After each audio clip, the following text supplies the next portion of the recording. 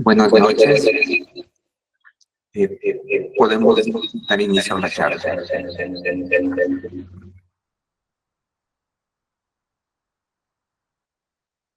Quiero dar la más cordial bienvenida a quienes en este momento se encuentran conectados para la 7ª Conferencia Internacional de Infertilidad, efecto de la morfología espermática sobre la fragmentación de ADN y desarrollo embrionario en reproducción asistida.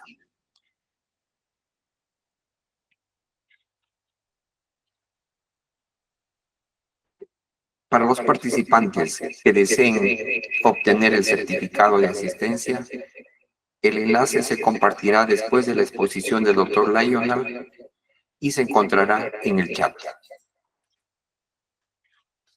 El magíster Lionel Germán Acosta Campos es director del Laboratorio de Embriología y Andrología del Centro de Fertilidad Gestar de Chiclayo, Perú. Es encargado del Laboratorio de Biología Molecular Genética del Laboratorio de Genética, igualmente en Chiclayo, Perú. Es encargado del Laboratorio de Citogenética Humana en el Instituto GENOR.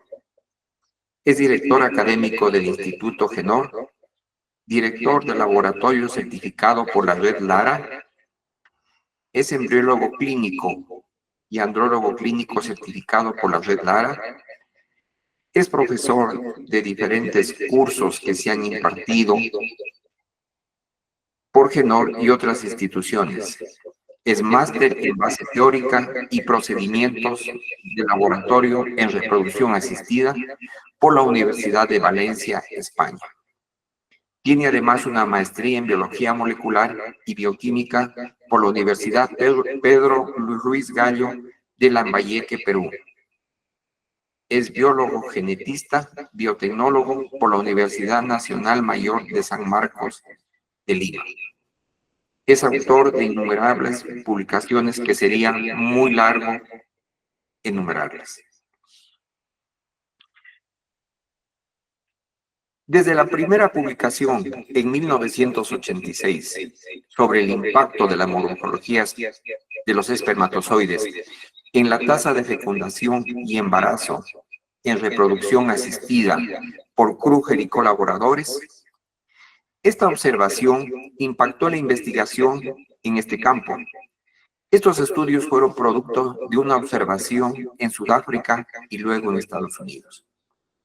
La información sobre la morfología de los espermatozoides y su impacto en la tasa de embarazo en la fertilización in vitro fue compartida por primera vez con la comunidad internacional por el doctor Aníbal Acosta en la Conferencia Mundial sobre FIV en 1987. Esta conferencia y las publicaciones de Kruger y colaboradores en 1986, 1987 y 1988 sobre este tema despertaron un interés renovado en el campo de la infertilidad masculina en todo el mundo, y especialmente sobre la morfología de los espermatozoides. Esto ha llevado a que diferentes grupos indiquen que la morfología de los espermatozoides es un factor importante en predecir el resultado de la fertilización y embarazo, sugiriéndose que los espermatozoides morfológicamente normales, sin fragmentación del ADN, tienen también menor frecuencia de aneuploidía cromosómica y son significativamente más ricos en ácido hialurónico, dando mejores tasas de fertilización y de embarazo clínico. Asimismo, existe una preocupación sobre la posibilidad de que la fragmentación del ADN espermático puede generar mutaciones genéticas y epigenéticas en la descendencia, que repercutan en su salud a largo plazo. Por lo que actualmente la evaluación de la fragmentación del ADN espermático se considera cada vez más como una prueba eficaz del potencial de fertilidad de los espermatozoides de hombres fértiles, proponiéndose 3 causas principales para explicar la génesis de la fragmentación de ADN. la apoptosis abortiva, la inmadurez de la cromatina y el estrés oxidativo espermático. Una de las técnicas que debe destacarse es el test de dispersión de la cromatina, SCD, como técnica adecuada para detectar la fragmentación del ADN que debe complementarse con el test de oxidación espermática, sobre todo para un mejor tratamiento del paciente con antioxidantes. La búsqueda de mejores tasas de bebés nacidos por técnicas de reproducción asistida ha implementado la realización de pruebas cada vez más precisas, teniendo en algunos casos que realizar el examen de columnas de anexina en casos de sospecha de apoptosis espermática, un SWING-UP modificado o PIXI para seleccionar los mejores espermatozoides para una microinyección citoplasmática. Pruebas que nos permiten superar de mejor manera los obstáculos de la morfología espermática amorfa y la fragmentación del ADN. Esta noche, el magíster Lionel Acosta nos va a demostrar su valiosa experiencia en torno a este inquietante tema de cómo impacta la morfología y la fragmentación del ADN en el desarrollo embrionario. Gracias por acompañarnos. Hola, hola, ¿cómo están todos? Muy buenas noches. ¿Cómo está, doctor? Muy buenas noches. Gracias por la presentación, gracias por la invitación. El tema que vamos a conversar hoy es un tema muy importante, creo yo, porque cada vez con la tecnología que viene avanzando día a día, como que el análisis seminal va perdiendo un poco de peso como tal. Es decir, va siendo, los estudios van demostrando que no tienen algún soporte, alguna validez. Entonces, la intención del trabajo y de la evaluación de la morfología en realidad es muy importante, pero si es que lo vemos desde un punto de vista, hagamos un ejemplo, yo siempre lo he mencionado, parece que lo estamos viendo en un microscopio de 10x, pero el día que lo veamos como debe ser a un valor de 100x, vamos a reconocer realmente la importancia que tiene este tipo de evaluación. Entonces, voy a presentar, ¿ya? ¿Me permiten, por favor? Voy a subir la presentación. Y ustedes, por favor, me informan si es que lo pueden ver. Me confirman, por favor. Sí, se ve. Genial. Entonces, vamos a dar inicio a la charla. El tema mencionado que me habían invitado y que yo lo propuse inicialmente fue el efecto de la morfología espermática sobre la fragmentación de ADN y el desarrollo embrionario en reproducción asistida.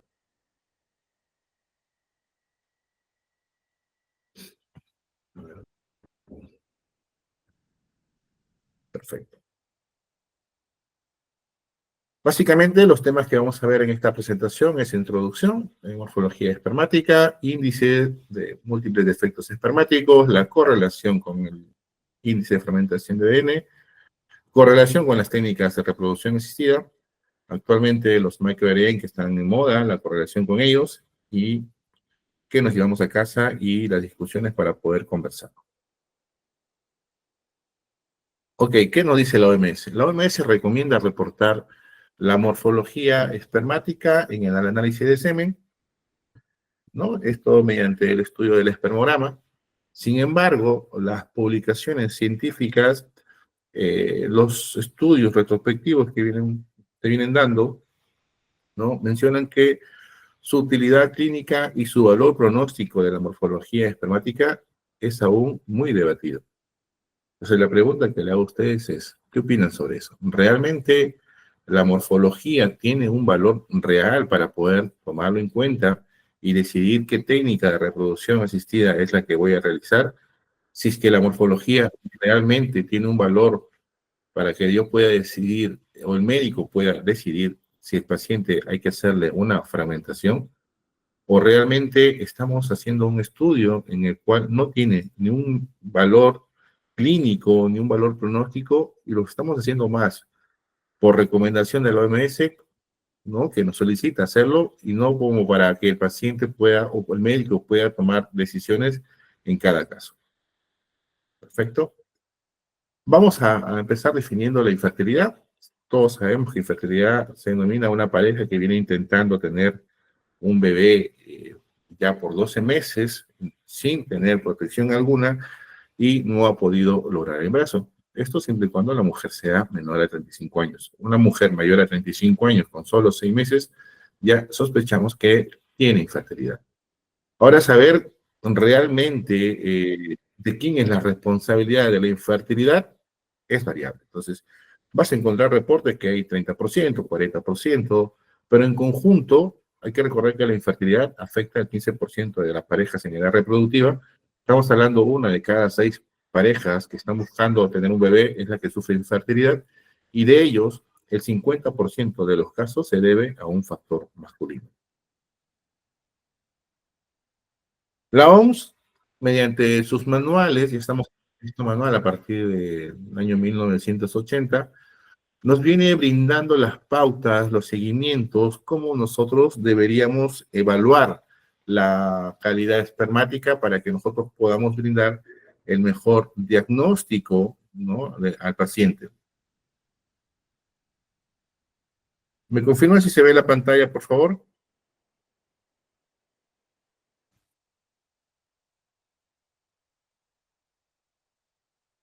Doctor William, a ver, ¿me confirma si estamos viendo la pantalla o se ha quedado detenida? Está detenida. Ya, a ver, déjeme corregir nuevamente, déjeme salir y volver a entrar. Algo tiene que pasar.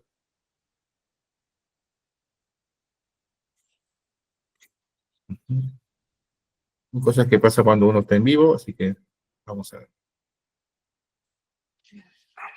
Acá está, pantalla completa entonces. Compartir y ahora sí me informan si está. ¿Lo pueden ver? Sí. A ver, y me informan si está pasando. ¿Sí? ¿Pasa las diapositivas? Sí. Ok, perfecto, entonces ya estamos. Entonces vamos a recordar lo que estábamos comentando, ¿no? Que la morfología espermática en realidad, ¿no?, si bien es cierto la OMS no la recomienda, ¿no?, estudios han demostrado que su utilidad clínica y valor pronóstico todavía es muy, muy debatido. Entonces, la pregunta es, ¿qué opinan ustedes, no? Habías comentado sobre infertilidad y estamos en el tema de que actualmente estamos en el 6º manual, este manual publicado en el año 2021, ¿no?, donde nos brinda las pautas. Ya no se habla de un valor límite referencial, sino límite de decisión, donde que sea el médico, en base a que también haya estudiado estos resultados, haya estudiado los valores que se hayan tomado en cuenta, tomar decisión para que pueda determinar qué hacer como una segunda parte. ¿Okay? Ahora, yo quiero que se vean esta diapositiva y puedan darse cuenta cómo cambió la morfología espermática desde el año 1980 hasta el 2021. Cambió de un valor de 80.5 a un valor de 4%. ¿Ustedes creen que realmente la fertilidad del varón ha declinado severamente? La respuesta es, hay estudios que demuestran que sí, que realmente la fertilidad del varón ha decaído. Pero el cambio en la morfología espermática, este cambio tremendo que había ocurrido, no se debe a la disminución de la fertilidad, se debe a que en todo este proceso ha habido o ha existido o ha aparecido el manual correcto de poder evaluar la morfología espermática, que es el criterio estricto de Tigerberg. Cuando aparece este criterio estricto de Tigerberg, ya en el 4º manual, que lo vemos, ¿no?, baja ya a un 14%. Entonces, ya las formas llamadas borderline empiezan a ser consideradas como anormal, ya nos volvemos un poco más estrictos, empiezan a analizar ya los espermatozoides a través del fluido, de las zonas pelúcidas, entonces ya podemos dar realmente una evaluación correcta de la morfología espermática. En base al 2010 y 2021, lo que se hace es trabajar con los percentiles 5. Y el percentil 5 demuestra o da este valor de 4%, y es por eso que baja el valor, porque estos son pacientes fértiles que se han tomado en cuenta. Y en el sexto manual, lo que te da a entender es que el médico toma decisión, porque el hecho de que te diga que el percentil 5 sea 4%, no quiere decir que pacientes que tengan menos de 4% no logren embarazar. Si hay pacientes menos de 4% de morfología que pueden lograr embarazar tranquilamente sin problema. ¿Ok? Entonces, es por esa la razón en la cual la morfología espermática ha cambiado, digamos, bruscamente su porcentaje de 80.5 a 4%. Ahora, aunque ustedes no lo crean, los trabajos de la morfología espermática ya se hablan de hace 400 años aproximadamente. Vean este trabajo, buscando información sobre el mismo, encontré que Van Leeuwenhoek, en el año 1677, ya hacía referencia a los espermatozoides, ya hablaba de las características distintas, morfológicas que presentaba el espermatozoide.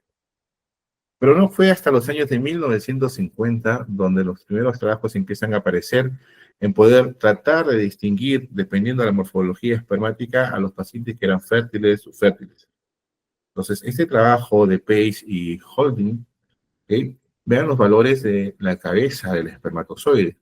Son valores altos, ellos no encuentran alguna correlación, ¿sí? Todavía en esta época, cada laboratorio tenía una forma propia de poder determinar la morfología espermática, ¿sí? Y ellos no encuentran alguna correlación, pero estamos hablando del año 1950. Luego aparecen los trabajos también en el año 50, y desde el año 50 empiezan ya a tratar de distinguir al espermatozoide según si es grande, pequeño, si es cónico, duplicado, amorfo, vean. Entonces, esta era una buena práctica de poder distinguir realmente este tipo de características del espermatozoide, ¿no? Que se ha ido perdiendo y que ahora actualmente felicito a los laboratorios que hacen al menos el índice de teratospermia, como saber cuántos defectos hay en cabeza, saber cuántos defectos hay en pieza intermedia, cola, ¿sí? En la presencia de exceso de residuo citoplasmático, pero actualmente, si nosotros solamente nos basamos al índice de teratospermia, nos quedamos muy cortos y lo que hacemos es más bien darle un peso negativo o no correlación al espermatozoide o a la morfología espermática con los parámetros de la fragmentación o las técnicas de reproducción asistida, que vamos a conversar. ¿Okay? Y solicitar a los laboratorios que no lo entregan, porque sé que hay algunos laboratorios, lo he comentado, o algunos alumnos en los diferentes cursos me dicen, no, solo entregamos la cantidad de normales y la cantidad de anormales. Yo creo que eso sí, ahí sí perdemos totalmente todo tipo de información, el médico pierde todo tipo de información, y eso no lo deberíamos hacer. Perfecto. Ya luego aparece en los trabajos de Kruger y colaboradores como Costa, Embel, ¿no? Donde empiezan ya a evaluar al espermatozoide de una manera estricta, y es además el criterio estricto de Tigerberg, ¿no? Donde empiezan a poder seleccionar a los espermatozoides dependiendo sus características, si tiene acrosoma, el acrosoma es pequeño, empiezan a medir al espermatozoide, nos empiezan a dar pautas, ¿verdad? De cuánto es el tamaño que debería tener el acrosoma, cuál es el ancho del espermatozoide, cuál es el diámetro del espermatozoide. Entonces, desde este año, desde los primeros trabajos de Kruger y colaboradores, nos van mencionando de que no, nosotros, el espermatozoide normal no es que sea ese espermatozoide de fotografía. ¿Qué quiere decir? Que no debería haber, nosotros nos volvimos muy obsesivos. Estamos buscando ese espermatozoide como, digamos, un Brad Pitt, ¿no? Lo digo de mi época, ¿no? Estamos buscando ese tipo de espermatozoide portada de libro para ser llamado considerado normal. Cuando ya los criterios de Kruger te decían que un espermatozoide para ser normal tiene un diámetro, tiene una distancia de 5 a 6, de 2.5 a 3.5 de diámetro, vean, entonces, que hay un rango que tú puedes determinar si está dentro de lo normal o no. Entonces, esto quiere decir que también el espermatozoide, vamos a llamarlo espermatozoide Layo, que no es tan gordito, pero también puede ser considerado normal, y no esperar a un espermatozoide Brad Pitt o Leonardo DiCaprio para ser considerado normal. ¿Correcto? Entonces, no solamente eso, lo que hizo en esos trabajos, vean, evaluó pacientes, 45 pacientes, en el cual habían pacientes que no habían logrado ningún ovocito que sea fecundado, ¿no? 13 pacientes y 12 pacientes que sí habían logrado la fecundación. Y determinaron que las formas normales, según su criterio de ellos, en aquellos pacientes que no se había logrado fecundación, eran mucho menor en comparación a los pacientes que sí se habían logrado. Entonces ya empezaron a haber diferencias, que la morfología sí tenía una importancia para que puedan determinar los éxitos de las técnicas de reproducción asistida iniciales que iban apareciendo como la fecundación in vitro.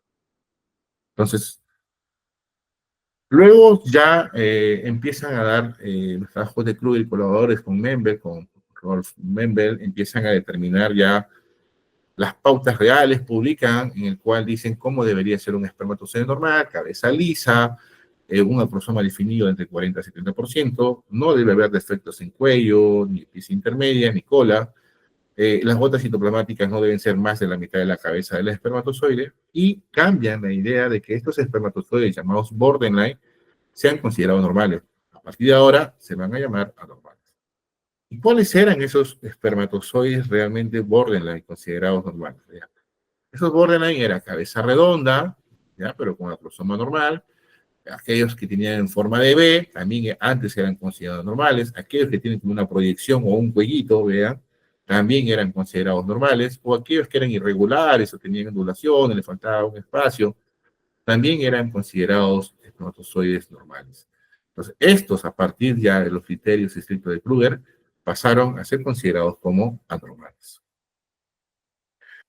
Y en el año 99, que aparece el cuarto manual, de donde yo tengo experiencia, aparece de que el criterio estricto de Kruger te dice que deberíamos tener más de 14% de espermatozoides normales para que el paciente sea normal en ese momento. Y cuando empezamos a evaluar, sí encontramos más de 14. No es que era la teratosospermia, era el punto de partida en poder decir, ok, la población de mis pacientes realmente el parámetro más afectado de la morfología. Yo recuerdo que con el doctor que trabajábamos en el centro, no sé, habremos evaluado más de 1000 casos y la morfología no era el factor número uno, siempre ha sido la movilidad. Quiere decir que ya encontramos más del 14% de los normales. Entonces, ¿qué pasó? ¿Qué pasó desde ese año hasta ahora, no? ¿Por qué se afectó? ¿Por qué empezamos a encontrar menos espermatozoides cada vez? Entonces, volviendo al trabajo de Kruger, ¿verdad? Dijeron, a partir del 14% no se encontró ningún embarazo, entonces era el punto de corte para decir, a partir de 15, el paciente tiene alguna probabilidad de embarazo. Por eso es que aparece en ese año, en el cuarto manual, ya el criterio estricto de Tigerberg con el 14%. También vean acá la tasa de ovocitos que utilizaron, la tasa de fertilización. En aquellos que fueron menos de 14 fue mucho menor en comparación a aquellos que tenían más. Más de 14, vean, en los diferentes grupos ya no había diferencia significativa, por eso era el punto de corte. ¿Ok? Vean la tasa de embarazo menos de 14 y más de 14, ¿no? Dependiendo de la calidad de ovocitos que tengan. Entonces, era un punto de corte a tomar a consideración.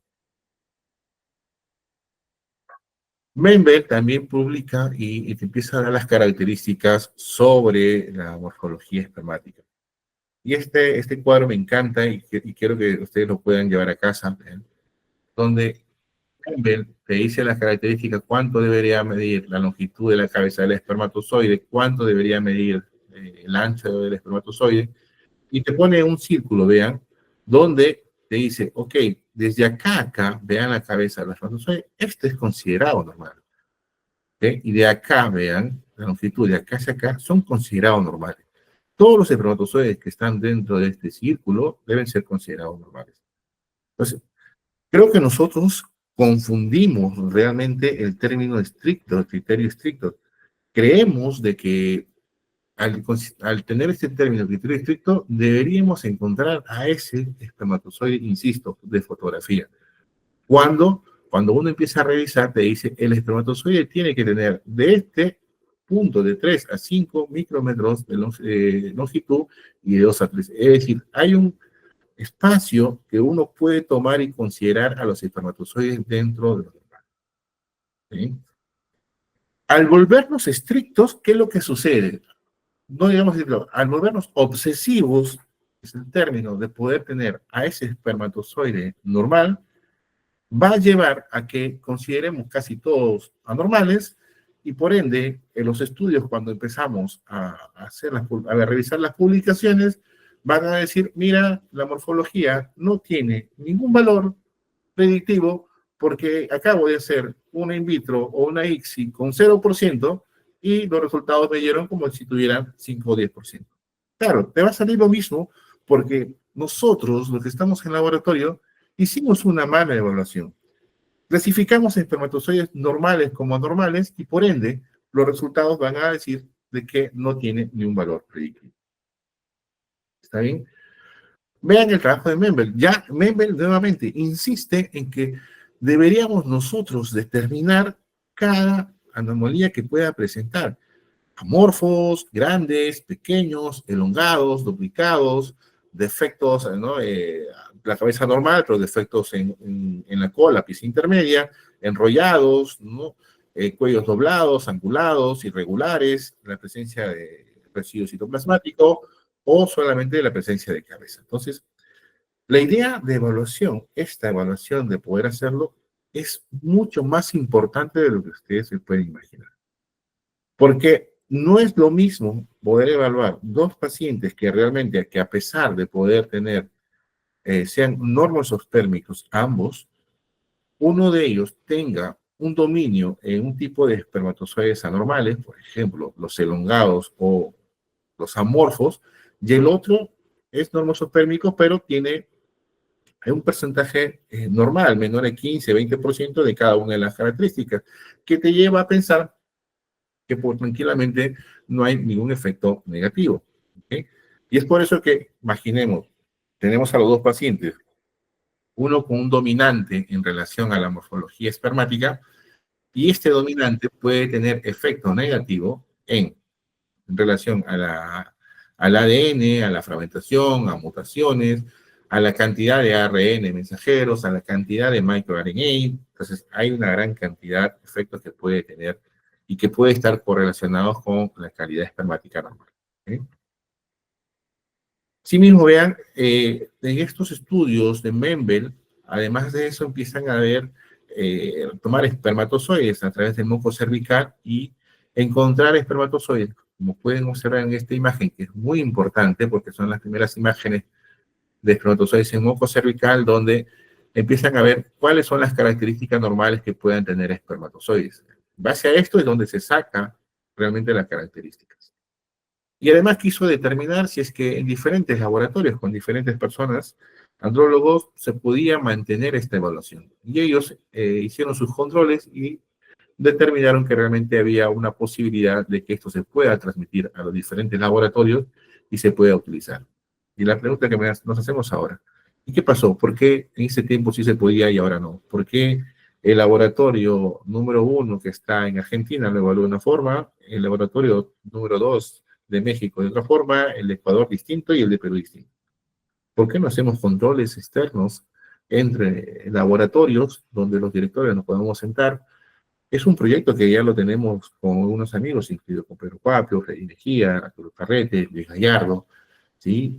Y algunos más, donde queremos nosotros primero estandarizar propiamente la evaluación del espermatozoide, no solamente en morfología, sino en todo, y luego poder esto traducirlo y llevarlo a cada país para que empecemos a trabajar de una misma manera y realmente los estudios que salgan en Sudamérica puedan decirnos si tiene o no un valor predictivo la morfología espermática.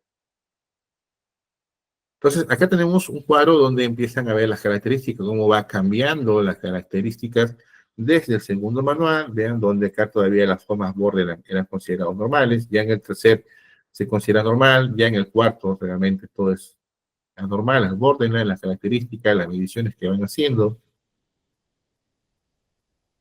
Y este trabajo de morfología que hizo David y lo publicó Auger, ¿no? Es uno de los trabajos también importantes. Los recomiendo que lo puedan tener. Si no lo tienen, por favor, luego me escriben al correo y yo se los voy a pasar. Donde te dice, vean, te dice prácticamente, mediante fotografías hechas a mano, te van a decir Esto es un normal, pero estos también son normales. ¿Ya? Estos tipos de espermatozoides están dentro de la longitud, dentro del diámetro de la cabeza que corresponde a ser considerado normal. Entonces te va diciendo, no seamos obsesivos. Claro, queremos encontrar este espermatozoide, el Brad Pitt, pero también el espermatozoide, Lionel Acosta, Pedro Cuapio, Freddy Mejía, que estamos por acá, que no somos tan bonitos como el de acá, también somos considerados normales. ¿Ok? Entonces, ¿cuándo vamos a considerar normales? Cuando ya superan esas medidas, ¿no? Delgadas, pequeñas, microcéfalos, macrocéfalos. Entonces te dice también a nivel de acrosoma, esto es normal, pero cuando ahí hay estos de acá son irregulares, son más pequeños, te da una distancia de 40-70% que debe presentar el acrosoma. Estos de acá, vean la base, cómo son considerados. Cuando ya es una base, vean, ¿no? Los efectos que pueda tener. El cuellito que veíamos nosotros como un borderline, también es considerado normal. Estas formas cuadradas, estas son las verdaderas formas anormales a nivel de cabeza. Entonces tenemos que tener cuidado al momento de evaluar. Ya hablamos de la cabeza, porque realmente el mayor defecto que hay en una muestra seminal, en la gran mayoría de casos, es la cabeza, ¿no? Entonces, debemos reconocer bien ese tipo de cabeza. También te habla de pis intermedia, cuál debería ser normal, pero eso sí, yo creo que hay menos errores entre laboratorios, porque podemos reconocer cuando es asimétrica, o está angulada, o está doblada, ¿no? O es gruesa, o es delgada. Lo mismo pasa con la cola. No creo que haya mucho error en determinar cuándo está enrollada, cuándo es irregular, cuándo es corta, cuándo es múltiple, ¿no? Entonces, siempre la discusión se va a generar a nivel de cabeza. ¿No? Entonces, acá te manda el cuadrito. Mira, Auger ya te empieza a evaluar mediante el MAE, ¿no? Las anomalías múltiples que puede presentar el espermatozoide y te dice, hagamos mejor una evaluación más estricta. Ojo, evaluación más estricta. Es decir, informemos al médico cómo está pasando, cuántos anormales hay, sí, cuántos en cabeza, sí, pero expliquemos al médico cuál es la dominancia, cuál es ese espermatozoide que está dominando en esa muestra, porque ese puede ser el punto de partida para poder entender por qué dos pacientes con 6% de morfología normal, uno puede tener 5 blastos y el otro ninguno o uno de mala calidad. ¿Okay? A pesar de que inyectemos espermatozoides normales. ¿Qué más te dice este paper? Te dice cómo debemos evaluar. Primero hay que evaluar si es normal o anormal. Si es anormal, perfecto. Hay que evaluar, ¿no? Si ya sabemos que es anormal, es alargado, entonces hay que ver ahora el acrosoma, cómo está, la base. Entonces, todos estos valores se van reportando. Si tiene defectos en la pista intermedia, defectos en la cola, se toma y luego se halla un valor. Pero más que el valor que podamos determinar, lo que queremos es saber la dominancia de la anormalidad en cabeza. Luego Auger ha presentado trabajos en el cual ha publicado y ha determinado qué es lo que puede estar pasando con cada una de estas anormalidades en relación al ADN, ¿okay? O al desarrollo embrionario. Yo les hago una pregunta a todos, y creo que todos los pueden ver. Estos dos espermatozoides que Auger, bajo las medidas que están determinadas como un criterio estricto, los considera normal. ¿Ustedes lo hubieran considerado normal? Les doy unos 10 segundos para que lo puedan pensar. ¿Ustedes hubieran considerado esos dos espermatozoides como normales? Yo creo que ustedes hubieran dicho no, son anormales a primera vista. Entonces, y es por ello que no encontramos una correlación exacta, no le damos el valor predictivo al espermatozoide o a la morfología espermática con relación a las técnicas de reproducción asistida o a las técnicas de fragmentación de ADN. ¿Qué es lo que nosotros estamos buscando realmente? Queremos encontrar estos tipos, ¿no? Los elongados, los microcéfalos, los múltiples, para recién llamarlo anormal, ¿no? O sea, entonces, vean, digo nuevamente, vean las características, son 7 características en la cabeza, 3 a nivel de pista intermedia y 5 de cola para que pueda llegar el MAI, ¿no? Entonces, en base a eso empieza a evaluar, ¿vean? En pacientes fértiles, infértiles y pacientes que estaban entrando en un tratamiento de cáncer testicular y empiezan a haber diferencias en cada uno de estos. Cuando ya empiezas tú a abrir la baraja y a verlo, el libro, hoja por hoja, ¿no? Entonces realmente te das cuenta que sí hay algún valor predictivo a nivel de la morfología espermática. Entonces, ¿qué nos dice el manual de la OMS 2021? Entonces, estos criterios que se han evaluado a nivel de morfología, ya lo había mencionado, es en base a los trabajos de Mendel del año 1990, donde la morfología espermática se va a basar en los espermatozoides recuperados en el muco cervical y la capacidad de poder unirse a la zona pelúcida. Y estas son las medidas que te brinda la OMS. Si ustedes empiezan a revisar y no solamente se quedan en las primeras hojas donde evalúan el espermograma, se van más allá, van a encontrar que la OMS te brinda estas medidas de 77 espermatozoides y te dice, estos son los que uno debe considerar para ser determinados como un espermatozoide normal. La mediana de la longitud debe ir de 3.7 a 4.7, el ancho de 2.5 a 3.2, la relación largo-ancho 1.3 a 1.8, la pisa intermedia, la longitud de 3.3 a 5.2. Es verdad, no lo vas a hacer una medida, creo que nadie lo hace, las medidas en laboratorio, pero tienes que familiarizarte. Tienes que saber cuál es considerado un espermatozoide normal y cuál no. Entonces, determinar qué más te puede decir estos valores, que no siempre vas a querer, eh, tienes que tener que buscar a ese espermatozoide de fotografía para considerarlo normal, sino también hay un rango donde espermatozoide, que quizás tú lo ves delgado, pero realmente no es que sea delgado, está dentro del parámetro que te está diciendo la OMS, que puede ser un espermatozoide normal. No seamos, ¿sí?, tan obsesivos, seamos estrictos con la evaluación, que son cosas muy distintas. También te dan los parámetros, que es lo que te dice, que debe ser lisa, un tono regular, oval, ¿no? ¿Cómo debería ser para que sea normal? Todo lo contrario a lo normal, bueno, acá, y esto es lo que se considera como anormal en cada uno de ellos. Que todavía acá te habla de la cola, la pieza intermedia, y nosotros, por ejemplo, hemos notado también el cuello, que te menciona el cuello, pero no notan la característica que hemos notado en gestar que hay muchos espermatozoides que se ve un espacio entre el cuello y la pisa intermedia, que probablemente, no lo he determinado, pero es lo que hemos llegado a concluir con los chicos de laboratorio, que probablemente esto sucede cuando hay muchos espermatozoides inmóviles. Y por eso la razón que el cuello, la unión entre la cabeza y la pisa intermedia está como que quebrada. Y esto se puede ver mediante el Papá Nicolau. No lo mencionan acá. Y la OMS te vuelve a decir, como en el manual de 29, ojo, te voy a decir cómo deberías evaluar. La cabeza del espermatozoide puede ser cónica, piriforme, redonda, con macrosoma, sin macrosoma, o puede ser vasculado. Y acá, nuevamente, otra pregunta para ustedes. ¿Lo revisaron? ¿Vieron esto que te dice? Que te digan, la OMS te está diciendo, no solamente evaluemos la cabeza, te estoy dando las pautas, te lo estoy colocando suavecito para que tú puedas darte a entender si lo quieres hacer o no, pero deberías hacerlo. Por eso te estoy colocando, ¿sí?, las formas de los espermatozoides para poder evaluarlo. ¿Lo hacemos? No lo hacemos, solamente nos hemos quedado y hemos acostumbrado a evaluar el índice de teratospermia. Ahora yo les doy el cual la OMS en el año 2010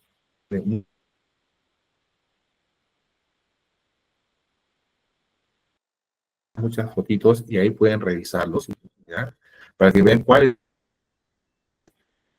Aquí hay 10 espermatozoides del manual del 2010, el quinto manual, donde son considerados normales. Ahora, nuevamente otra pregunta para ustedes. ¿Ustedes lo hubieran considerado normal? ¿Ustedes hubieran dicho, perfecto, estos espermatozoides son normales en mi evaluación o realmente hubieran puesto 0%? Yo imagino que por ahí algunos dirían, sí, yo hubiera puesto 2, yo 3. Nadie hubiera puesto 10% de morfología normal. Invito a que puedan revisar el quinto manual para que se puedan ir familiarizando, puedan tomar en cuenta qué espermatozoides deberían ser considerados normales a nivel de cabeza. Acá hay otra vez 10 espermatozoides normales, considerados como normales, que tranquilamente nosotros hubiéramos considerado como anormales, porque queremos ser obsesivos, queremos ese espermatozoide de portada del libro. Y esta es una fotografía nuestra, ¿no? Entonces, tranquilamente acá para considerar cuáles nosotros hubiéramos considerado, ¿no? Los anormales se van a notar a simple vista. Entonces, ¿cuáles son las recomendaciones que te brinda la OMS? De acuerdo en este último manual. Te dicen, primero que la evaluación de la morfología espermática debe ser realizada por un personal capacitado que se encuentre familiarizado con los criterios para poder determinar cuál es un espermatozoide normal.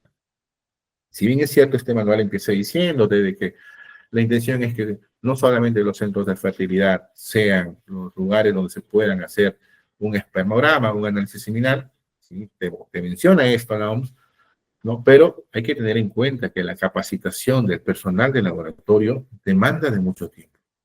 Y siempre lo hemos discutido con el doctor Pedro Cuapio. A él en su laboratorio, para que puedas tú hacer un espermograma, tienes que estar 1 año y medio haciendo evaluaciones. Gestar no somos tan estrictos, en gestar con 6 meses a 1 año, si vemos que ya te familiarizaste, los resultados con los controles internos que hacemos con el personal son similares y son menos del 5% la tasa de error, tranquilamente ya te estamos dejando hacer. Pero sí demanda mucho tiempo, demanda que estés horas y horas al microscopio, demanda tiempo de que puedas tú poder reconocer qué espermatozoides son normales, cuáles no, las condiciones, la movilidad, saber contar no solamente con la cámara macro, que nos hemos acostumbrado todos y es una bendición para todos, sino también con New Bauer cuando lo necesitamos para hacer los controles. La vitalidad demanda de mucho tiempo del personal. Entonces, no es que cualquier laboratorio lo pueda analizar, sino que depende de que en ese laboratorio tengas al personal capacitado para poder hacerlo. Comentábamos antes de la charla con el doctor William y decía que él incluso le llegan resultados con 97% de morfología normal. Entonces, probablemente se han quedado con el primer manual, ¿no? Y todavía no había la actualización. Seguimos colocando los espermatozoides borderline como normales, ¿no? Ya eso sí es un exceso, tener 90. Como a veces lo digo a los pacientes, a esos pacientes ni mirarlos porque con la misma mirada te logra abrazar a pesar de que tú seas hombre, ¿no? Luego se debe utilizar controles internos y externos. Siempre, siempre. Nosotros estamos acostumbrados de que cada cierto tiempo, no tengo una fecha exacta, sino llego y digo, perfecto, a ver, vamos a analizar esta muestra, los tres, vamos a revisar qué estamos fallando, cuánto es tu tasa de normales, en cuanto al MAI, cuántos tienes anormales, cuántos tienes piriformes, ¿ok? Lo que no hacemos son los externos, que poder comparar con laboratorios, porque todavía no hemos estandarizado con otros laboratorios, de lo que ya había comentado anteriormente con un grupo de amigos, hacer esta estandarización externa, de sentarnos, ver nosotros mismos y después poder ya hacer las comparaciones, ¿no? Pero hay que hacer al menos las internas, sí. Te dice también en el manual mayor énfasis en la caracterización de defectos específicos de cada región. Ojo, hay tantos normales, hay también basados en la cabeza, cuello, pues intermedia, cola, exceso de residuo traumático. Y no solamente ahí, sino también determinar qué forma tiene la cabeza, qué forma tiene la pista media. Si han revisado realmente el manual, ya el manual te lo está mandando. Ojo, tenemos que hacerlo. Probablemente más adelante, para darle mayor importancia a la calidad seminal en los próximos manuales, ya te esté pidiendo que hagas el MAI. Es más, te manda el índice de deformidad, te manda cómo debes sellar el MAI en este manual. Te lo viene diciendo de los manuales anteriores, pero necesitamos trabajo para que podamos darle un peso real al espermatozoide en relación a la morfología espermática. Necesitamos más trabajos con la evaluación del MAI. Entonces mencionaba estos defectos te lo da la OMS, te dice cómo deberías hacerlo, ¿no? Cómo se halla el índice de transospermia, cabeza, pista intermedia, cola y exceso. Es lo más simple que podemos hacer. Después está el índice de deformidad, donde están las cabezas, llamadas borderline, amorfos, piriformes, elongados, y están las índices de anomalías múltiples, que es más completo, ¿no? Es la que recomiendo. Y nosotros lo que hemos hecho es tratar de juntar los tres, y hacer un índice de anomalía múltiple modificado, ya para que nosotros podamos tener en cuenta todo lo que hablamos. Ya después de hacer este estudio que ya lo hemos empezado, diremos, mira, realmente no hay efecto que tenga esta característica, ¿no? Lo podemos juntar, pero ahorita estamos haciendo una evaluación independiente de espermatozoide por espermatozoide para poder darnos cuenta si tiene o no un impacto en la reproducción asistida. Entonces, nuevamente, Auger, en este trabajo, vean, te va a decir, ¿qué pasa si yo tengo una cabeza elongada? ¿Con qué se va a correlacionar? Esto se va a correlacionar que hay una cromatina inmaduro, es posible daño de ADN, fragmentación, ¿no?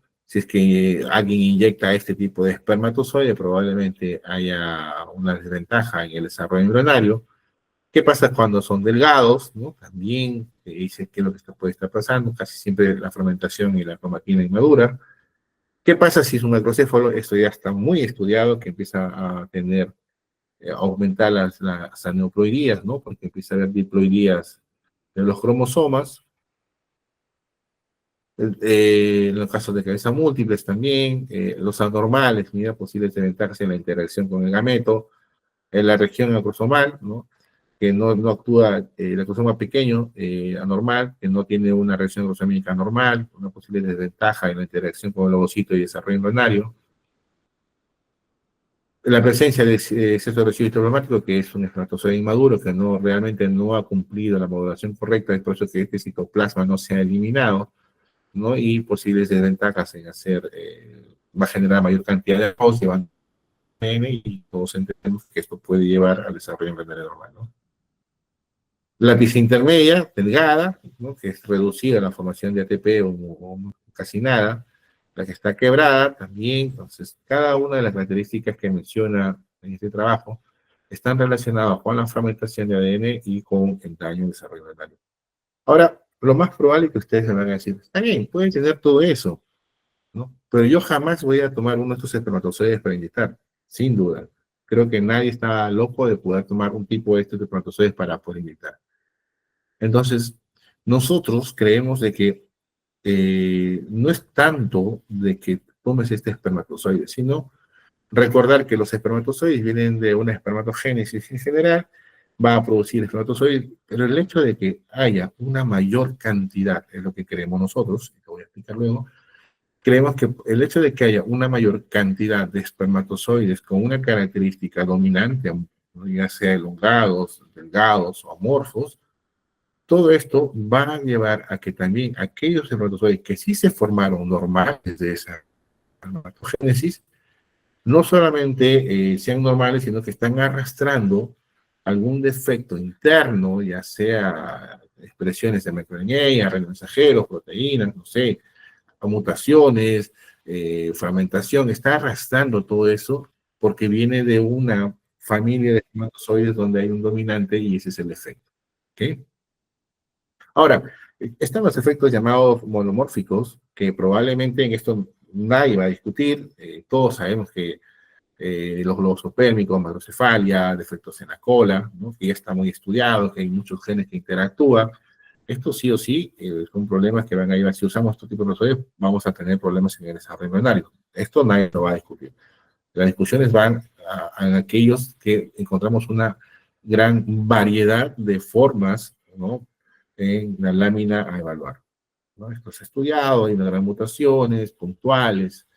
Sabemos que también si es que tenemos espermatozoides con un alto índice, ojo, independientemente de la morfología espermática, que tengamos espermatozoides que sean diploides, ¿no? Van a llevar a que podamos tener embriones anormales, ¿no? Ahora, ¿cuáles son las causas probables de que pueda el varón causar teratospermia? Yo siempre lo he dicho, el factor número uno es el cigarro.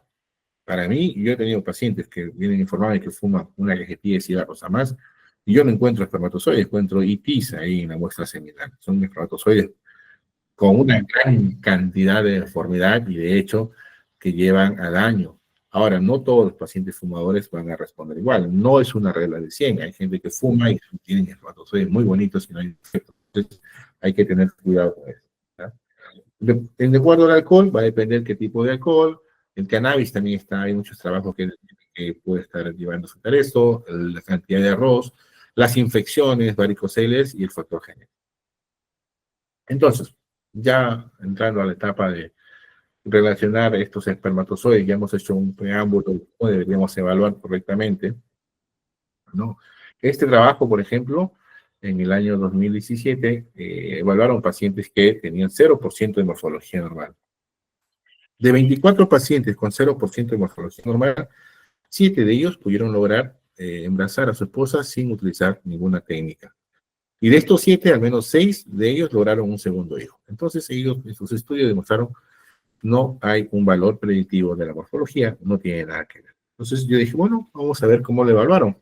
Ellos dicen, usamos el criterio estricto de Kruger. Perfecto. Entonces quise ver, vamos a ver si al finalmente determinaron algún dominante, algo que entre esos 0% realmente tiene un efecto diferente y no aparece. Solamente te dicen, yo encontré tantos normales, son 0% de normales, pero no te digo más. Entonces, en base a eso, ellos te dicen, no concluimos que no debería usarse por sí sola como predictor. Perfecto. Vuelvo a repetir, no se evaluó correctamente, o quizás no lo publicaron, no hubiera sido bonito que se pueda publicar eso para poder entender. En las técnicas de morfología espermática con la reproducción asistida, vieron, los primeros trabajos decían de que la morfología normal está asociada a la pobre capacidad de unirse a zona pelúcida, ineficiencia o ausencia de la reacción electrosómica y falla de regulación del calcio intracelular. Vean estos valores de morfología normal en los trabajos antiguos, ¿no? Empezó 80 y empezó a bajar porque empezaron a haber mayor características. Entonces, estos trabajos iniciales decían que sí se había, que el punto de corte era 9,14, con los trabajos de Kruger también sumados, ¿no? Que ya había una diferencia que menor es de 4%. Entonces, entre menor o igual a 4, vean las diferencias de la tasa de fertilización, que era significativo, con relación a la tasa de implantación también era significativo. Entonces, los primeros trabajos mencionaban esto. Acá hay otro trabajo en el cual empiezan a evaluar pacientes para inseminaciones, ¿vean? Si en la inseminación había correlación. Aquellos que eran pacientes que tenían más de 14%, entre 13 y 5, y menos de 4. Entonces, pacientes que tenían mejor morfología podían, por inseminación, podían orar. Ellos sí encontraron alguna correlación entre la morfología espermática estricta, ¿no?, con la inseminación. Pero hay muchos trabajos que dicen que no. Ven, este trabajo también menor a 5, entre 5 y 9, no encontraron tasas en brazos significativos, dicen que no, la morfología no. Entonces dije, bueno, en este trabajo nuevamente vamos a ver cómo está la morfología, no encontraron diferencia, nuevamente, ¿no? Te dicen que fue evaluado por la población Disquick, pero no te dice más allá. Entonces solamente te mencionan. Entonces, yo creo que deberíamos ser más estrictos al momento de evaluar para poder decir si realmente tiene un efecto o no. Entonces, por tanto, no afecta a la tasa de embarazo. Este trabajo, bueno, lo que sí hacen, ya lo evaluamos con el manual del 99, ¿okay?, del trabajo de Zoom, en el cual empiezan a ver que pacientes por debajo del 5%, la tasa de embarazo era mucho menor, mediante una inseminación. Pero más de este valor, en este grupo 5,9, 10,14, mayor de 14, no había diferencia significativa. Además, ellos notaron de que todas las pacientes que eran mayor a 35 años y además tenían la morfología espermática del esposo menor a 5, su tasa de embarazo era 0. Y recomendaban que ya a partir de los 65 años hacia adelante, deberían ya, si es que van a hacer y tienen encima menos de 5%, deberían hacerse una fecundación in vitro. Ven, este trabajo también, ¿no?, donde empiezan a ver la posibilidad, el impacto de la morfología normal en la tasa de nacidos vivos después de una inseminación, ¿no? Entonces, nuevamente, vean cómo evaluaron, que lo hicieron bajo el quinto manual, 2 muestras de semen, pero no te dicen más, ¿no? Entonces, ellos al final cuentan correlación, no dicen que la morfología gemática no impacta la tasa de embarazo ni la tasa de nacido. Dicen que sí, recomienda también a los pacientes estar tranquilos que cuando así se les de 0, de 5 o 4%, el bebé no va a tener ningún efecto para nacer. Ahora yo te pregunto, sí, está bien, puede ser que tenga menos de 5, pero lo hicimos en estudio.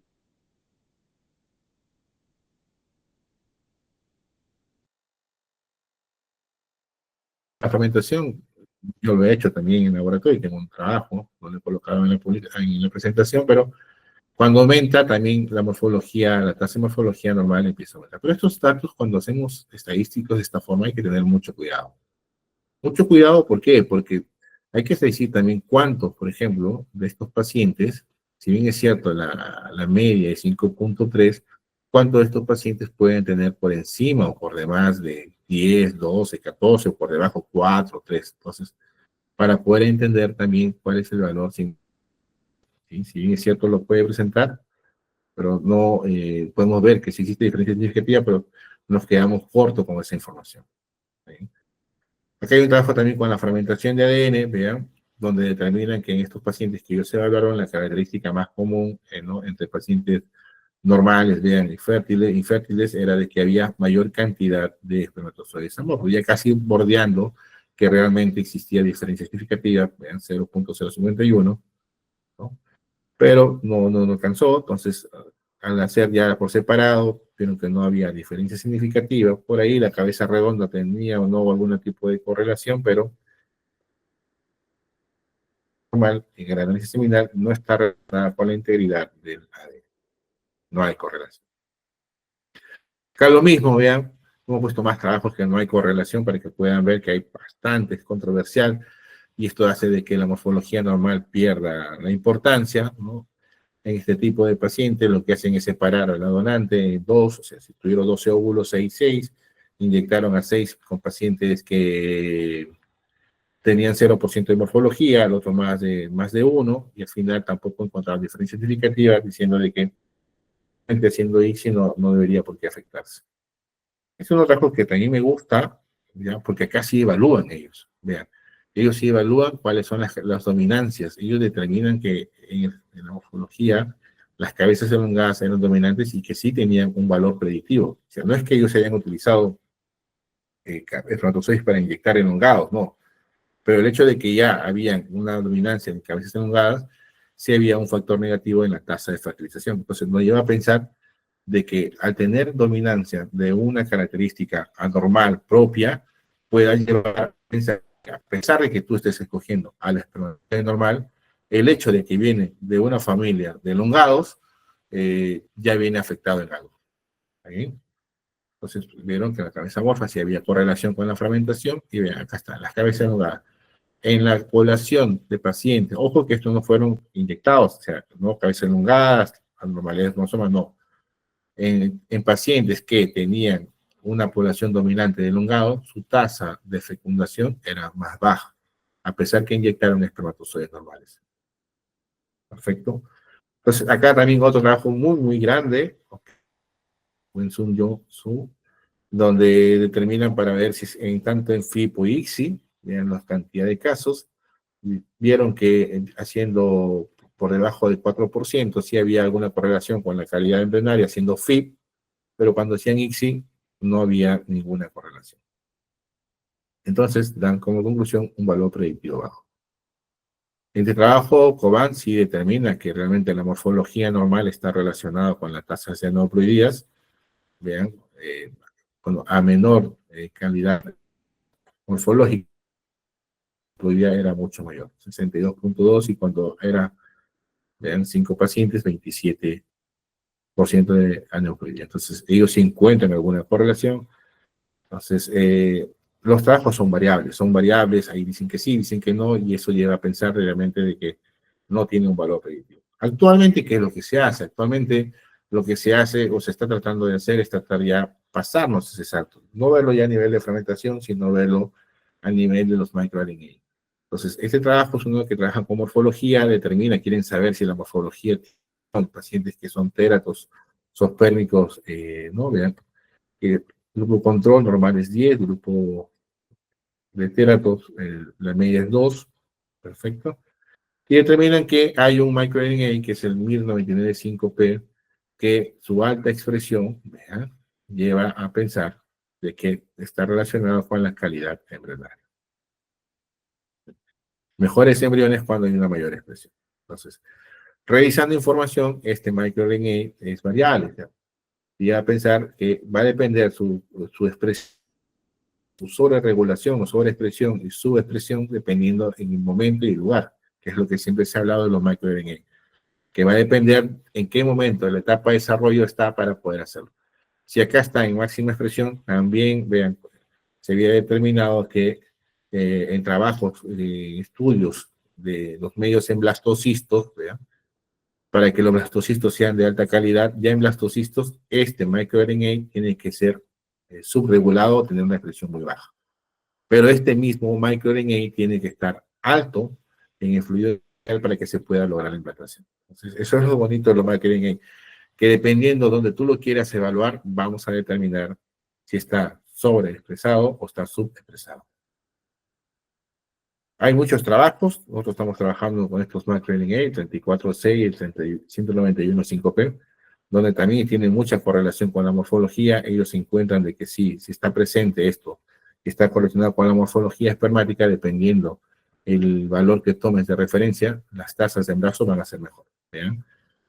Cuando el umbral es superado, de 8 y es 34, en este 34B, la tasa de embarazo es 5.56 comparado a 51.63, es como un marcador. Entonces es lo que se está usando ya en la mayoría de laboratorios a nivel molecular. Lo mismo pasa acá. Cuando supera el 34C, que es el que trabajamos nosotros, con más de 7.88, vean la tasa de embarazo. Cuando está menos de 7.88, la tasa de embarazo es 17.65. Pero cuando es más de ese punto de corte, eleva a 73.33 la tasa de embarazo. Lo mismo con el 191, que está relacionado con buena calidad embrionaria y también está relacionado con la morfología. Pero en este trabajo, vean, también evaluaron el 34C y no encontraron diferencias significativas. Por eso es lo bonito de las investigaciones. Va a depender de las poblaciones que tú estudies para saber si realmente hay o no expresión. Entonces ya para ir terminando, las preguntas que realmente nos hacemos, y acá es el ejemplo que le venía comentando. Vean este ejemplo. Tengo dos pacientes, ambos con 6%. Le hago el índice de teratospermia, ambos tienen lo mismo. Vamos a hacerle odón para disminuir el caso, la subjetividad de los ovocitos propios, que pueden ser diferentes. En este primer paciente, que tiene lo mismo que esto, se lograron 5 blastos y la mayoría fueron de buena calidad. En este paciente, ¿ok? Y también le dimos 12 ovos de muy buena calidad y nos llegó un blasto tipo bebé. Entonces, nosotros retrocedemos y decimos, bueno, el índice de trastornos son similares. Ah, perfecto, la morfología no tiene ningún valor predictivo, no tiene nada que ver con esto. Pero, ¿qué pasa si le hubiéramos hecho el MAI? El MAI nos hubiera dicho, mira, todos estos, el primero que tiene muy buena calidad, tiene menos del 20% de las características normales. Pero en este paciente que tuvo mala calidad de blastocistos, sí, hay un 50% de amorfos, piriformes, 35%. O sea, hay dominancias en relación a las características. Entonces, realmente la dominancia de espermatozoides amorfos, en este caso, ya sea amorfo, pinimorfo, elongado, lo que sea, puede influenciar esa dominancia, que los espermatozoides normales presenten algún tipo de característica, como en este caso, una mayor expresión o baja expresión o ARN o algo interno, fragmentación o algo, que a pesar que nosotros haciendo ICSI estamos inyectando algo bonito, pero como proviene de una dominancia, de una familia de dominancia de espermatozoides de tal característica, que empiece a afectar internamente y por tanto de un efecto negativo. Entonces, si lo vemos de esta forma, yo invito a ustedes que hagan este tipo de trabajo. Nosotros lo hemos visto, entonces lo hemos evaluado, lo hemos visto, ahora queremos hacerlo como trabajo para realmente demostrar, porque hemos hecho una N muy pequeña, pero lo queremos hacer con una N grande para saber si realmente tiene o no este valor predictivo por ciento o no por ciento. Entonces, esto ya, nuevamente, dejemos de ser obsesivos. No busquemos el espermatozoide, no busquemos el Brad Pitt, busquemos de que el Pedro Cuapio, el Freddy Mejía, Jonathan Acosta, también somos normales. No somos tan bonitos como el primero, pero estamos dentro de los rangos permitidos para que nos consideren normales. ¿Ok? Tenemos que bajar eso. Y es por eso que vamos a tratar no, es por eso que al final, si nos volvemos obsesivos, no vamos a encontrar ningún tipo de correlación. Y más bien lo que estamos haciendo es bajarle el peso predictivo de la morfología espermática. Cada otro caso, lo mismo. ¿Qué pasa si tienen 0%? Está bien, pueden tener 0%. La OMS te dice que incluso de forma normal, pacientes con 0% pueden lograr embarazar, sí, pero hay que ver cómo están. Entonces, acá no se logró blasto, pero vieron, les pongo un ejemplo, 40 piriforme, 45 elongado. En cambio, en el resto sí presentan normales, pero por debajo del 15%, y vamos a tratar de escoger entre los feitos el menos feo, pero tuvimos blastos bonitos. Entonces, tenemos que ir y hacer una evaluación más estricta. Ojo, la evaluación más estricta, que no significa lo mismo de que seamos obsesivos. Entonces, para terminar, ¿qué nos llevamos a casa? Primero, debemos dejar de ser obsesivos en la evaluación de la morfología espermática. Sigamos realmente las recomendaciones de los expertos y del manual de la OMS. ¿Qué quiere decir? hay espermatozoides que deberían ser considerados normales. Y si nosotros empezamos a cambiar esa obsesividad y empezamos a dar un resultado más exacto, según siguiendo los criterios, probablemente vamos a tener resultados que determinen de que la morfología espermática sí tiene un valor predictivo. O quizás no, ya lo hará, pero hagamos el trabajo y determinemos. Debemos empezar a reportar el MAE. Dejemos ya el índice. Si tu centro ya hace el índice de trasospermia, bueno, empecemos con el MAE, que nos va a dar mayor información, para que el médico tenga que explicar a nuestros médicos qué importancia puede tener que haya dominancia alguno. Y esto lo vamos a hacer con fragmentación, ya sea con COMET, túnel, SSD, no sé, ya veamos con qué lo vamos a asociar, y también ver en los casos que entren a una ICSI. Recordar que no vas a agarrar los feos para inyectar, pero quiero ver si es que realmente la dominancia inicial de donde proviene la muestra, estos espermatozoides, a pesar de ser normales, tienen un efecto negativo. Entonces, estudios demuestran que la morfología tiene un valor predictivo en los casos de ICSI, y es por eso que se debían desarrollar estudios de investigación que venimos hablando de la dominancia de la morfología. ¿Perfecto? Y por último, lo que siempre voy a hacer, y no me voy a cansar de decirlo en todas mis presentaciones, los invito a que puedan hacer investigaciones. Investigaciones, primero propias del laboratorio fisiológico, de las pruebas rutinarias que hacemos, hagamos nuestros controles. Si bien es cierto, dirán, no, ya está aprobado. Sí, está aprobado por un laboratorio X, un centro X, en un país X. No está en tu laboratorio, no está, las condiciones no son las mismas, no te va a dar lo mismo. Así que haz una buena cantidad de N, públicalo y podemos saber. Quizás en un laboratorio hermano en Perú, en Colombia, Argentina, podamos tomarlo como referencia.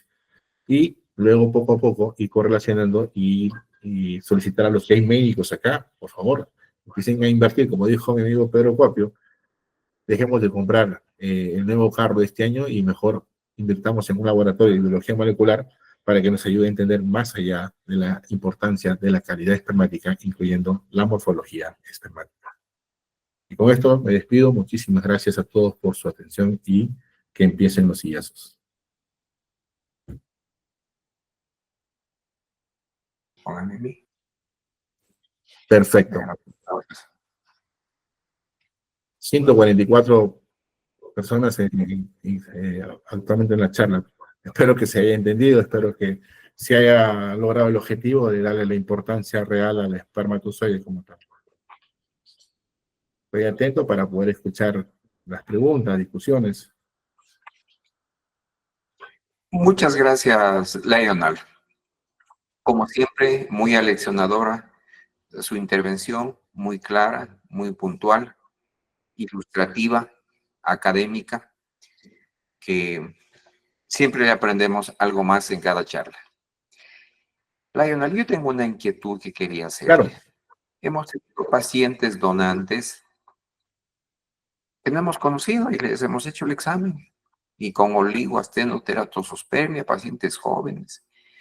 Y cuando a veces por X situaciones desean hacerse una vasectomía tempranamente y nos encontramos con sémenes de pésima calidad, incluso azoospermia. Y cuando ya investigamos un poco, son consumidores de marihuana.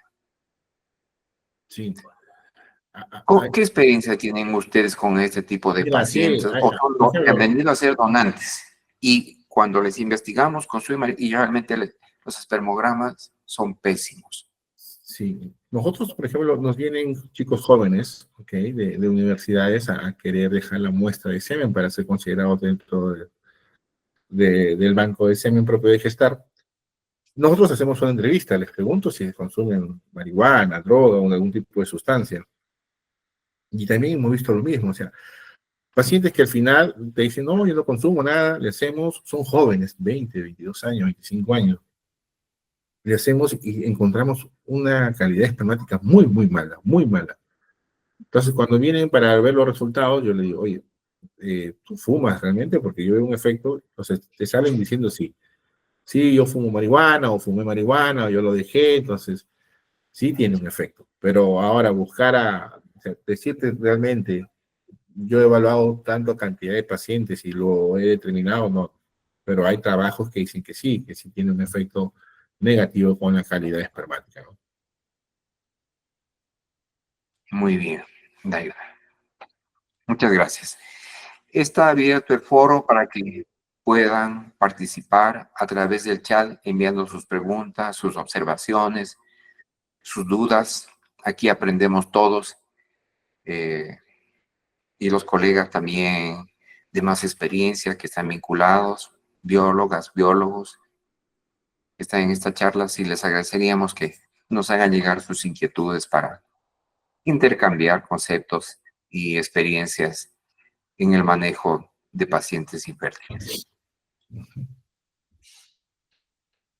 Bien, tenemos una pregunta que nos hace. Ya. Gracias, Daisy. La pregunta que nos hace es: ¿hasta qué edad la calidad de los espermatozoides es buena, ya que los hombres siempre pueden producir espermatozoides? Te comento, hay reportes donde te explican que una de las causas de daño del ADN espermático es por el envejecimiento del varón.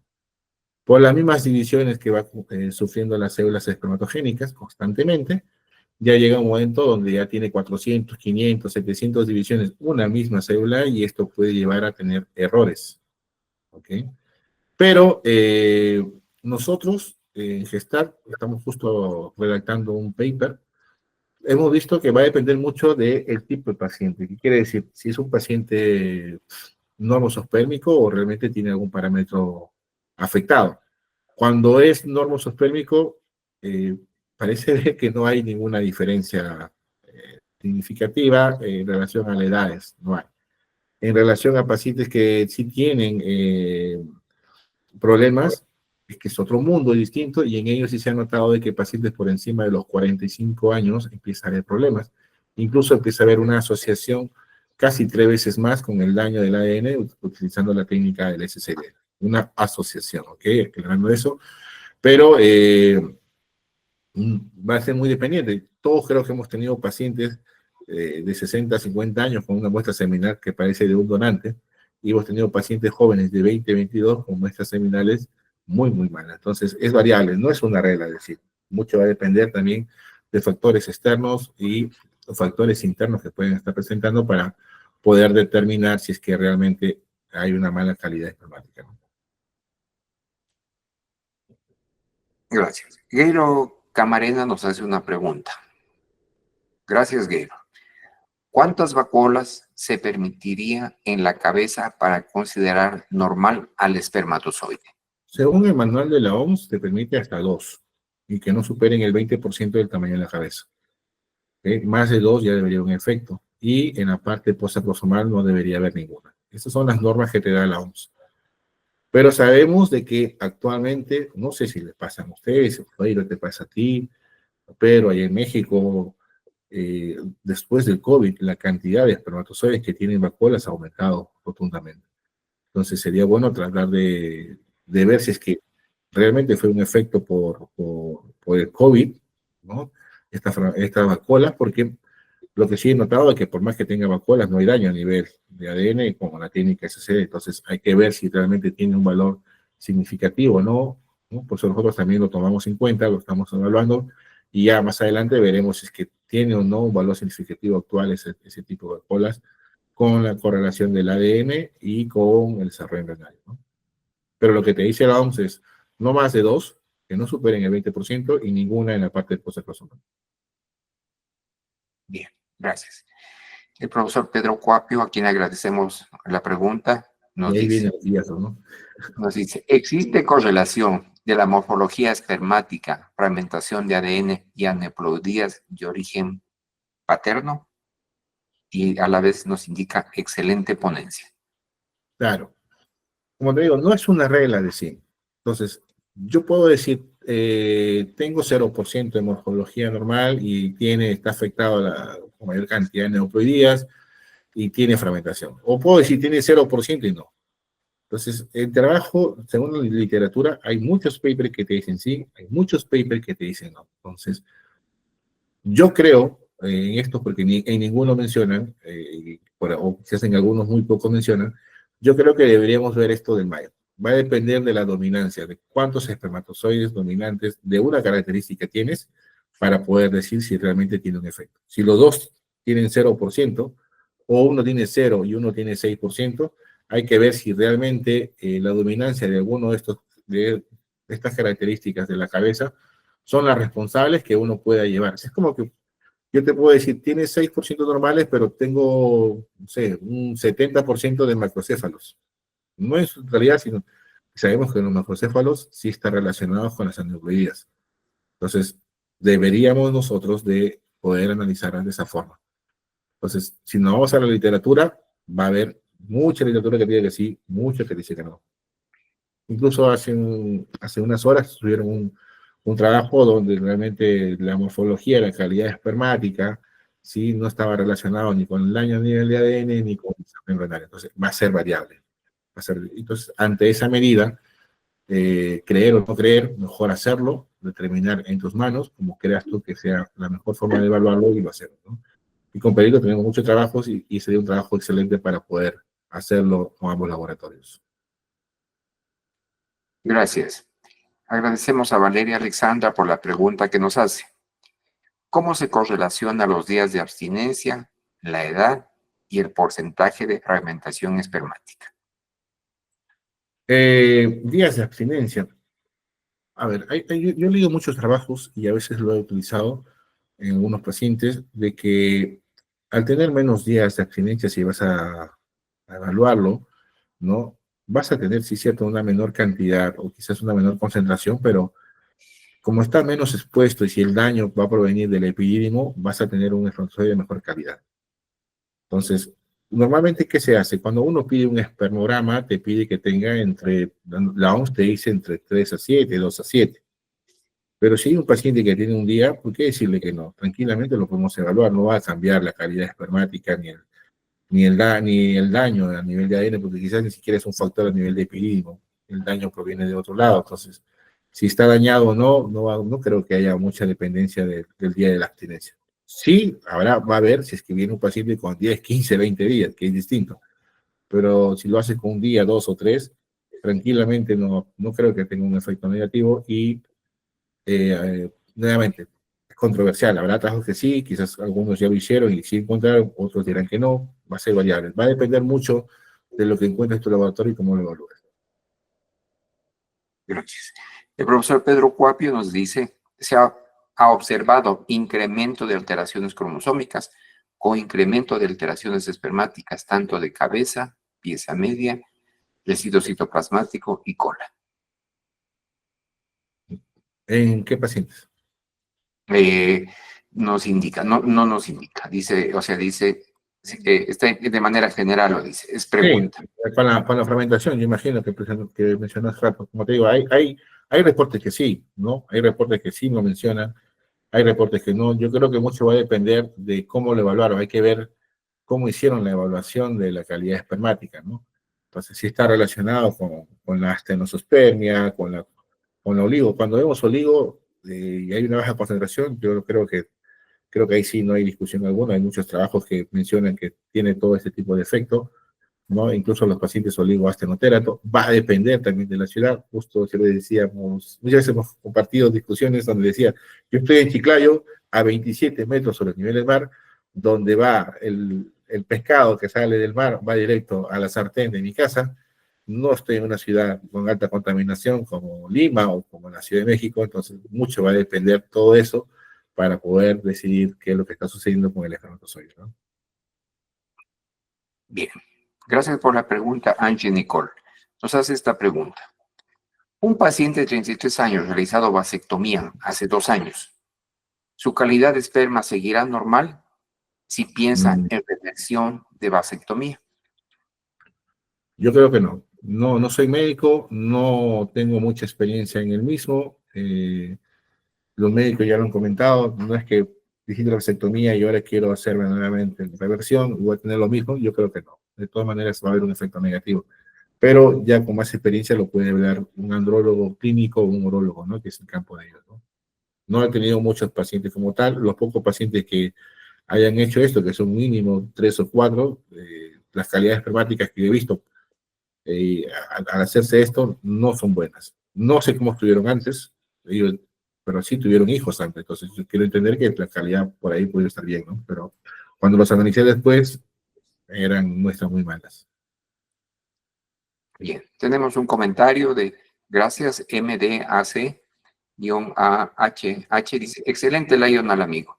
Yo también he tenido pacientes fumadores de marihuana y tenía oligoastenosospermia. Ya. Ronald Realpe, gracias por la pregunta. Dice, buenas noches, ¿qué sería más recomendable? ¿Una reversión de vasectomía o aspiración testicular por la calidad espermática? Nuevamente, ¿no? No es un tema tanto para nosotros, los biólogos que estamos en laboratorio, más lo ve el médico, para ver. Si me preguntas a mí, si va a depender mucho de, ¿no? El paciente va en ambos lugares va a entrar a cirugía. Una para que lo puedan revertir y la otra para que le haremos el testículo.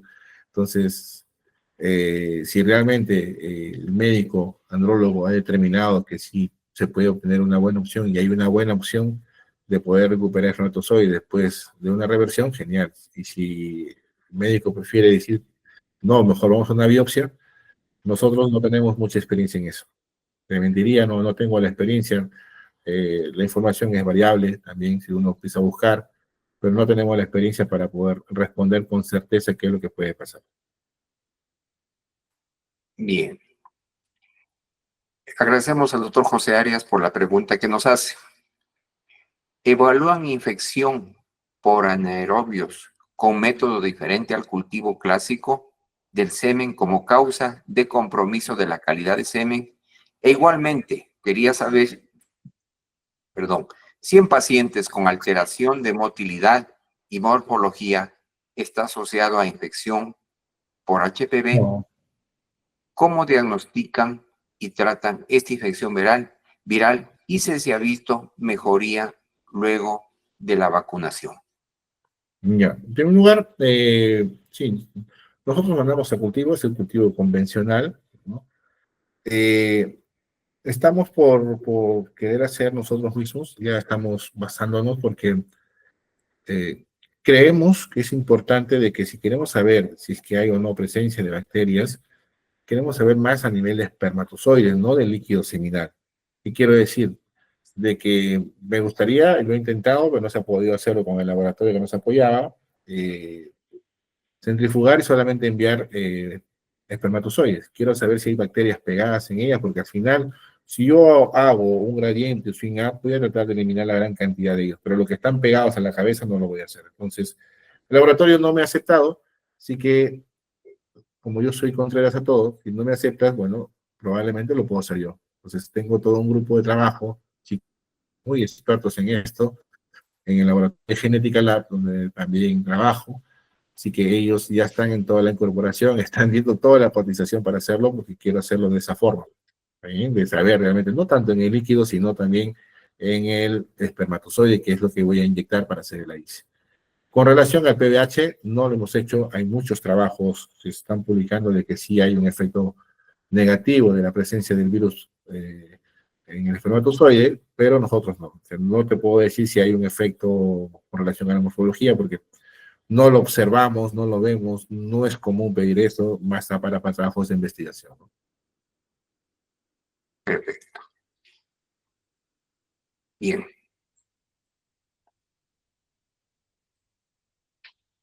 María Belén Escobino, gracias por la pregunta. Gracias por la excelente conferencia. ¿Qué método de selección espermática recomiendan pacientes con fragmentación de ADN? Nosotros, te comento, yo he sido muy partidario y lo he comentado y no tengo miedo de decirlo, a mí me gustan siempre las columnas de análisis. El problema de las columnas es que tiene un costo y es elevado. Entonces, en laboratorio con los chicos, sí, lo que hicimos fue tratar de modificar, hacer algunas cosas muy simples eh, con, con las técnicas convencionales como gradiente y swing-up. Y en el swing-up lo que hicimos fue hacer un swing-up modificado, que es lo que usamos actualmente, y nos ha ido muy bien. Hicimos pruebas, las tasas de fermentaciones bajaron muy bajas, incluso tenemos muestras donde no hemos podido encontrar algún espermatozoide que tenga un halo pequeño sin halo degradado. Entonces, ¿en qué consiste? Te lo explico y te invito a que lo puedas probar. Es para todas las muestras. Inicialmente antes lo hacíamos solamente para hacer No los, aquellos que eran oligo-ácido o no, pero ahora lo hemos usado para todos. Mucho va a depender de la calidad de espermática que tengas para usar el proceso final. Entonces, lo que se hace es, lo que hacemos es que un ml de la muestra lo lavamos con wash, centrifugamos a 2000 por 10. Luego de eso, sacamos todo el líquido, ¿sí? El líquido, el wash, nos quedamos con el pellet, y dependiendo de la calidad seminal, vamos a colocar wash nuevo, lo vamos a tener a 45 grados, ¿ok? Y a temperatura ambiente, y no vamos a dejar una hora, vamos a esperar solamente 20 minutos, exagerando. Es decir, si es un homosopérmico, le pones 500 ml de wash. Si es un oligoásteno, tranquilamente lo puedes poner 200 nada más, o 150, y luego sacas 100, 50, 75. Vas a tener muy pocos espermatozoides, es verdad, pero vas a tener a los mejores, o sea, los que realmente subieron, los primeros que subieron. Y si es que tú haces una ICSI y tienes más que 5, tranquilamente vas a tener 5, 7, 10 millones de espermatozoides para que puedas escoger, y vas a ver que también tienen una forma, una morfología muy bonita. Así que te invito a que lo puedas hacer. Igual, si hay consultas sobre el mismo, luego, no sé si le apunté mi teléfono en la presentación, pero pueden escribirme en WhatsApp, como siempre escribirme, no llamar, me escriben, y encantadísimo de poder explicarles para que lo puedan usar sin ningún problema. Bien.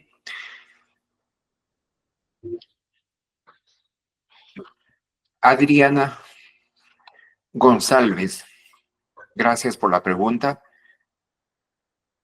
Felicidades por la charla. ¿Qué opinión tienes, Layo, sobre el uso de chip de microfluidos? Mira, los microfluidos, las columnas, el potencial Z y otros que han aparecido, todos son muy buenos, todos. ¿Okay? Particularmente, soy de esas personas que todavía cree que ninguna ha superado al swing up o al gradiente, si lo sabes hacer bien, particularmente. Todavía no lo he usado, lo usé un par de veces, creo que nos dieron para probar, no me gustó. No es para todas las muestras, pero yo invito igual a que ustedes lo puedan probar siempre, ¿no? Siempre con las técnicas convencionales. Personal capacitado, Adriana, me imagino que lo puede tomar referencias. Hay muchos trabajos. Ahorita todo el mundo va a hablar de los microfluidos porque está de boga, ¿no? Así como se habló en su momento de las columnas de Sina, así como se habló de Pixie, ¿sí? Entonces, todos los trabajos van a salir por ahí positivos, pero hay que esperar. Yo soy el Contreras, el que va en la contra. Hay que evaluarlo más allá, hay que determinar. Nosotros creemos que todavía las técnicas que han aparecido nuevas, no superan. Ojo, no estoy diciendo que sean malas, todos son muy buenas, todos, pero no superan la calidad de espermatozoides obtenidos por gradientes, o si no, todavía no, para mí. Quizás en otros laboratorios sí han visto la diferencia, y genial. No tengo nada contra ellos. Y les va muy bien, súper. Pero personalmente creo que no. A nosotros todavía no. Muchas gracias. Creo que hemos evacuado todas las preguntas y ha sido la respuesta muy interesante. Yo solamente tengo una muy pequeñita para no cansar. Por favor. El autismo, ¿qué opinión con respecto a la calidad espermática? Yo creo más que la calidad es la edad del varón, ¿no? Se ha visto y hay reportes que mencionan que con la edad del varón, por más que encontremos una calidad espermática buena o no, esto que te comentaba, de tantas divisiones que va ocurriendo en las células, de las células germinales madres para que produzcan los espermatozoides, empiezan a haber errores, mutaciones puntuales. Siempre hay mutaciones constantes, entonces una de ellas es que puede llevar a que aumente, y hay publicaciones, no lo digo yo, hay publicaciones ya que presentan de que a mayor edad del varón, por encima de los 45 o 50 años, la probabilidad de tener autismo o alguna enfermedad neurodegenerativa va a ser mucho mayor, ¿no? Pero eso ya no es tanto por la calidad espermática, como te digo, sino va a depender de las tantas divisiones que va ocurriendo constantemente, ¿no? Perfecto, muchas gracias. Bueno, de esta manera hemos concluido esta importante jornada sobre este tema tan apasionante. Bien, a continuación se les va a colocar el link para que puedan solicitar su certificado correspondiente. Y les mando un agradecimiento a todas las personas que nos han acompañado esta noche y de manera muy especial al magíster Lionel Acosta, quien siempre tiene la mejor predisposición para ayudar a todos los médicos, andrólogos, embriólogos de Latinoamérica en su preparación para poder mejorar cada vez las tasas de embarazo y de niño nacido vivo en reproducción asistida, que desde luego no es tan fácil conseguir un embarazo como a veces se pensaría. Y como ustedes ven, son una cantidad de pasos y es una escalera en la cual hay muchos escalones que tienen que caminarse para lograr un embarazo. Gracias a todas y a todos. Y con ello damos por terminada la jornada de esta noche. Muchas gracias, Lionel. No, agradecerte a ti por la invitación a la institución, siempre dispuesto a querer apoyar y compartir el conocimiento. Invitarlos a todos que tengan preguntas, sean jóvenes, con experiencia, sin experiencia, escribirme. Como siempre lo he dicho, yo a veces demoro en poder responder vía WhatsApp, pero siempre respondo. A veces las actividades del día te tienen un poco ocupado, pero siempre revisamos el celular y estamos atentos para poder responder. Y si en el caso de que no obtenga una respuesta, tal como lo hemos hecho acá, te lo voy a decir, no lo sé. Y si es que te puedo ayudar, encantadísimo de eh, cualquier duda que tengas, poder levantarla, ¿no? Gracias nuevamente a todos ustedes por su presencia y a hacer los cambios a nivel de la evaluación de la morfología. Bienvenido está. Puedo pasarle también la hojita que estamos usando ahora para la evaluación, para ver si ustedes también lo pueden replicar o quizás modificar y después a futuro hacer trabajos en conjunto y ver si es que realmente tiene o no la morfología espermática, el impacto que debería tener en las técnicas de reproducción asistida y en las tasas de embarazo, ¿no? Muchas gracias. Buenas noches. Nos vemos. Un abrazo fuerte. Adiós.